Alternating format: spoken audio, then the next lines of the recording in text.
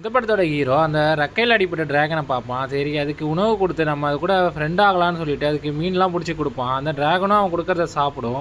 நம்ம ஹீரோ அந்த கிட்ட போய் அந்த டிராகனை தொடலான்னு சொல்லி ட்ரை பண்ணுவான். ஆனால் அந்த டிராகன் பயந்து போய் அங்கேருந்து போயிடும். அது நெருப்பை கக்கி அந்த இடத்த க்ளீன் பண்ணிவிட்டு அந்த இடத்துலேயே படுத்து தூங்கும்.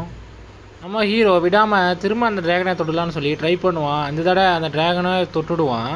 அன்னைக்கு நைட்டு அவனோட வீட்டுக்கு போயிட்டு அந்த டிராகனோட ரெக்கையை ரெடி பண்ணலான்னு சொல்லிட்டு பிளான் போட்டு அவனோட பட்டறையிலே எல்லாத்தையும் ரெடி பண்ணிகிட்டு இருப்பான். அவன் நினச்ச மாதிரியே ரெக்கையும் ரெடி பண்ணிவிடுவான். அடுத்த நாள் காலையில் அந்த ரெக்கையும் அது கூட கொஞ்சம் மீனும் பிடிச்சிட்டு போய் திரும்ப அந்த டிராகனை பார்ப்பான். அந்த டிராகனை பார்த்துட்டு அதுக்கு மீனை எடுத்து கொடுப்பான். உடனே கூடையோட சாய்ச்சி விட்டுட்டு அந்த டிராகனை சாப்பிட வச்சுட்டு அந்த டிராகனுக்கே தெரியாமல் அந்த டிராகனுக்கு பின்னாடி போயிட்டு அந்த ரெக்கையை அதுக்கு பின்னாடி மாட்டிக்கிட்டு இருப்பான்.